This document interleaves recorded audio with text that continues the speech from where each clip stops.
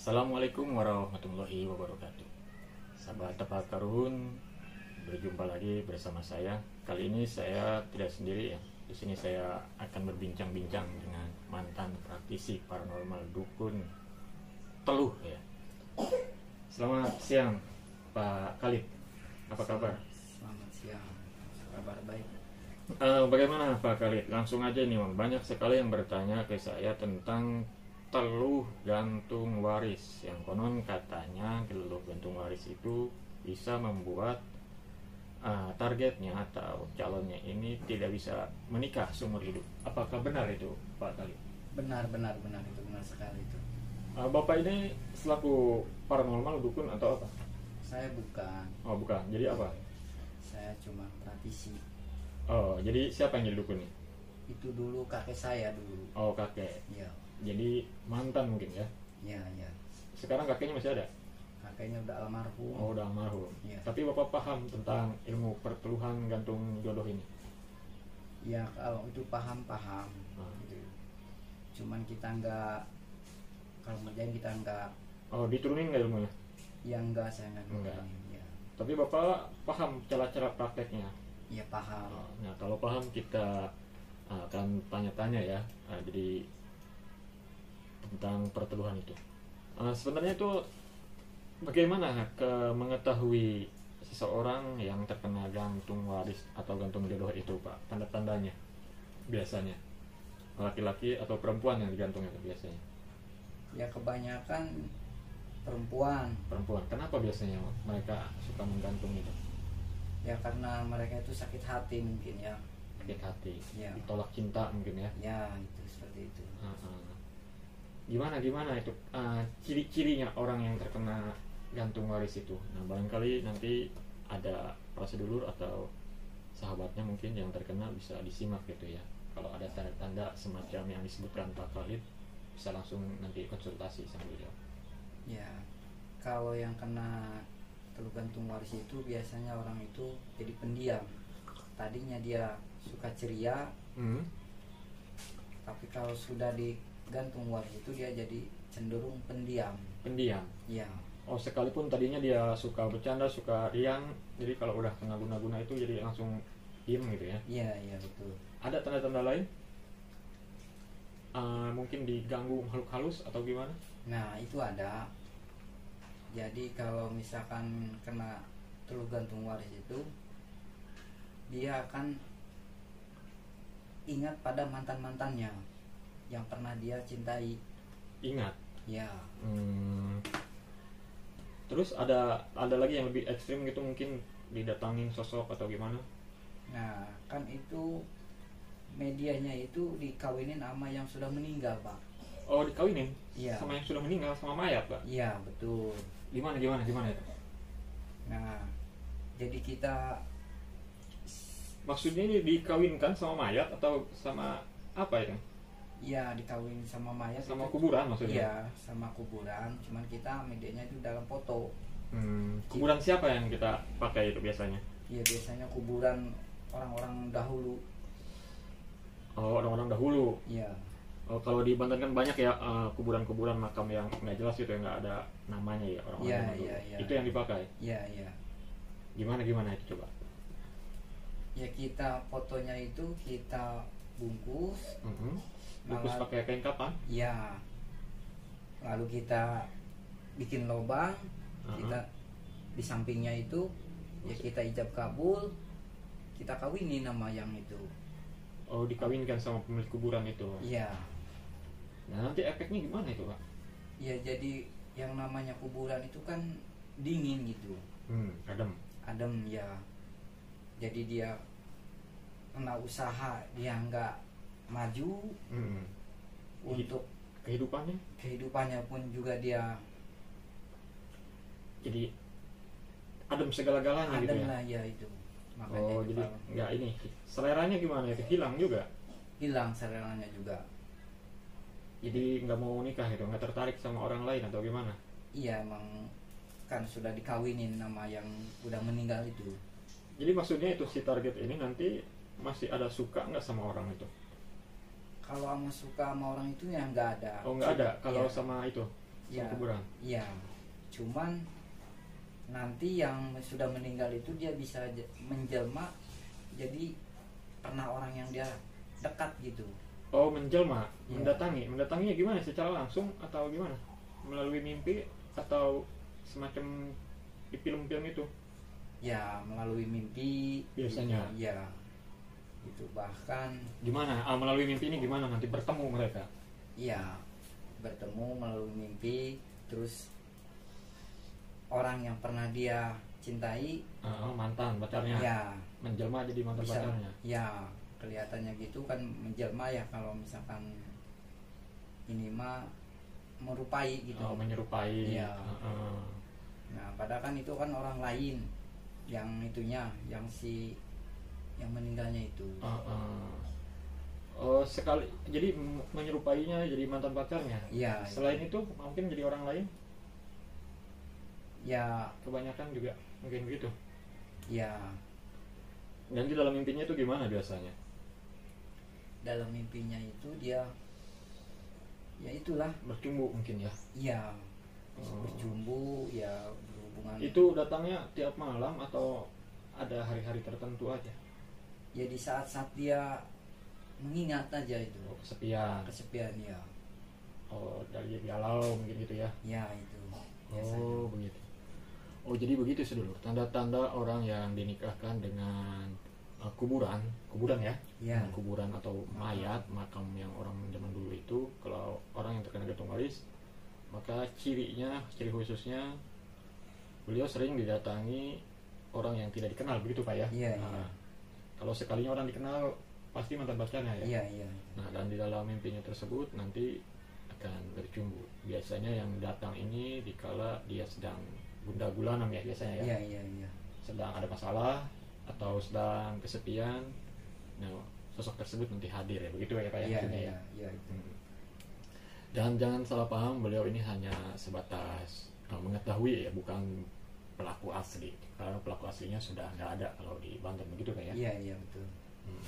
Nah, selain dinikahkan dengan kuburan atau makam, bisa dinikahkan dengan yang lain atau dengan hewan gitu, dengan kebo gitu, enggak? Enggak, kalau di almarhum kakek saya itu biasanya pohon aren, Pak. Pohon aren diapain Pak? Pohon aren Dikawinkan? ya dikawinkan. Jadi itu juga sama, dari foto kita ikat sama yang pohon arennya tapi yang masih kecil. Yang kecil? Ya, Hmm. karena kalau yang masih kecil itu kan tumbuhnya lama. Jadi tujuh windu. Efeknya itu? Iya. Ya dari kecil mau berbuah itu kan 7 tahun. Dari 7 tahun sampai kepetik buahnya itu lagi sampai 7 tahun. Sampai ke muguran kalau itu Pak. Sampai nggak berbuah lagi, ya itu. Gitu. Itu efeknya gimana itu Pak kalau dikawinkan sama pohon? Nah, sama yang di kuburan tadi. Nah, kalau efek dari itu dia bisa senang sama orang, suka sama orang, cuman ada aja setiap mau nikah pasti ada halangan. Oh, Itu dia pasti. bisa senang sama orang. Ya, cuman dia kalau buat nikah pasti nggak jadi dia. Oh, jadi cirinya kalau orang dikawinkan sama pohon itu gimana tadi? Dia bisa senang sama orang, lalu orang tersebut Ya sama cinta, cuman giliran mau diajak serius gitu, pasti ada aja gitu. halangannya. Ya halangannya itu. Pasti Sampai nggak dia jadi. nggak jadi ya nikahnya Iya. ya. Oh, begitu ya Pak ya. Iya. Oh, jadi begitu sedulur. Kalau ciri dikawinkan dengan pohon, contohnya kalau ada saudara yang terkena gantung waris dengan media pohon, bila mana dia ini suka sama seseorang, orang tersebut biasanya nggak suka, begitu Pak ya. Iya. Nah, sekalipun orang itu nanti suka, dianya nggak suka. Nah, kalau dua-duanya suka tadi selalu ada halangannya ya. Iya, selalu ada halangan. Oh, Pasti jadi itu. nantinya nggak ini ya, Iya. nggak nikah gitu. Iya, soalnya dia sudah dikawinin sama pohon aren. Pohon itu. aren ya. Dan pohon aren itu luar biasa ya, seluruh dari kecil sampai berbuah aja kita butuh kalau nggak salah itu usianya 35 tahun baru berbuah itu. Nanti berapa tahun Pak sampai gugur itu 75 tahun tadi ya? Iya. 75 tahun katanya baru gugur. Reaksinya sampai kapan Pak? Sampai seumur hidup. Seumur hidup itu? Iya. Enggak nikah-nikah. Enggak nikah-nikah itu. Kesepian dong untuk orang itu. Bukan kesepian lagi itu mah. Oh. Nah selain dikawinkan dengan pohon aren tadi, ada lagi dikawinkan sama pohon jengkol atau mungkin sama apa gitu? Oh itu ada lagi kalau pakai ini, pakai batu. Batu? Ya, batu satu kita lempar ke selatan, satu ke utara. Biar apa itu Pak? Ngelempar siapa? Ngelempar setan atau apa nih? Ya enggak. Jadi kita yang tadi misalkan ya kalau katakanlah pasien lah misalkan yang datang misalkan itu dia pengen jodohnya pengen digantung jodohnya. Iya gitu.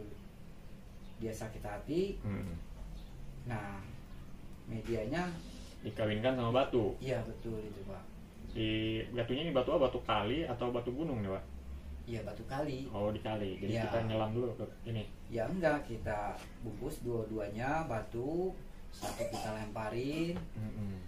Kita kalau bahasa Sundanya kita maksudnya biar apa itu dilemparin? Ya biar nggak bisa bersatu gitu dia. Oh, dilemparinnya di kali? Iya. Satu ke selatan, satu ke utara? Iya. Oh, jadi berlawanan gitu ya? Iya, ya betul, berlawanan. Sedangkan kalau batu udah dilemparin berlawanan itu nggak mungkin ya kalau bersatu ya? Nggak mungkin dia untuk bersatu. Oh, itu juga efeknya nanti gimana itu Pak? Ya itu juga efeknya sama kayak yang tadi tuh. Dikawinkan sama kuburan sama ini? Sama yang pohon aren. Oh, jadi dia tetap suka sama orang? Ya.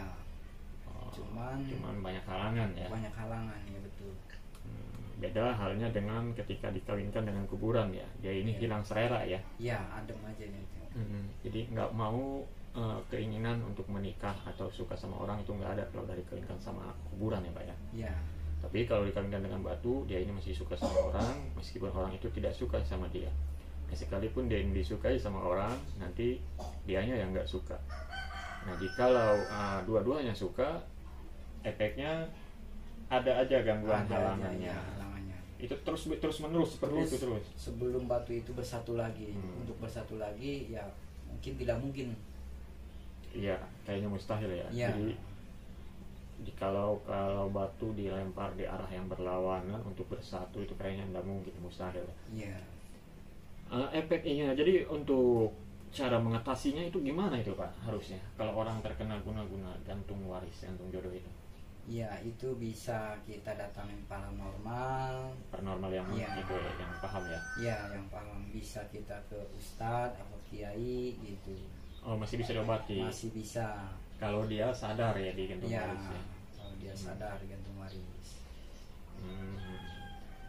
Jadi itu tanda-tandanya sedulur ya. Kalau sedulur mengalami tanda-tanda yang disebutkan Pak Khalid tadi, jadi jangan diem-diem baik gitu ya. Jadi harus segera berobat sebelum mati kesepian Mbak ya. Iya betul. Nanti jomblo seumur hidup. Waduh bahaya ya. Jadi kalau di Banten banyak yang seperti itu kan? Iya. Masih banyak ya, walaupun mungkin ada aja mungkin ya praktisi yang melakukan hal tersebut. Nah selain di gantung waris yang biasanya dulu datang ke kakek Pak Khalid ini minta apa aja itu Pak? Ada lagi tuh yang ular. Biar apa itu ular nanti? Efeknya gimana? Ular itu kita dipotong 7. Ular apa ini Pak? Ular kalau di sini ular welang. Ular welang ya, sama ular welang kalau di Jawa juga. Iya.